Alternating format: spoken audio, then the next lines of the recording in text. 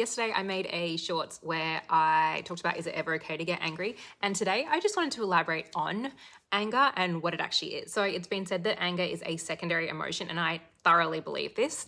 That basically when you have anger, that there's something else going on that you're avoiding feeling, and maybe anger is a more familiar way of expressing things and getting them out. So you default to that rather than actually just feeling what you're actually feeling. So the things that anger commonly masks are feelings such as fear, embarrassment, or especially sadness. For me, genuinely, I have found in myself and observing others that when a person is acting angry, they're just really, really sad. I have seen this in action a number of times, actually, over the last probably 3 months, where a person will just be going off and they'll be really, really worked up, and they will just be, getting more and more worked up until they reach a point where they actually will then start to get choked up and start to cry. And in that point, the person is getting to their true feelings under the anger and what's actually going on for them. I actually put this into action directly with one person in my life that was very, very angry. And this had been a recurrent pattern in my life, that I'd seen this person just getting angry over and over and nothing really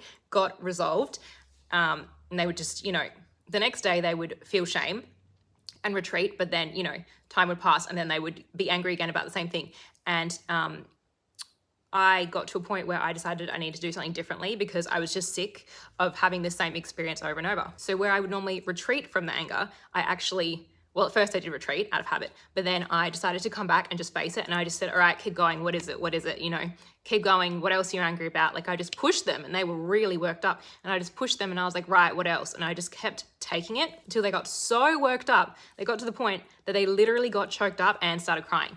And that was kind of the breakthrough point, because in that moment, that person they said one sentence at the end of that, which was what I realized what was really going on under the anger. Learning this about anger being a secondary emotion and that there's other deeper pain going on for a person has definitely caused me to be more compassionate and to take things less personally.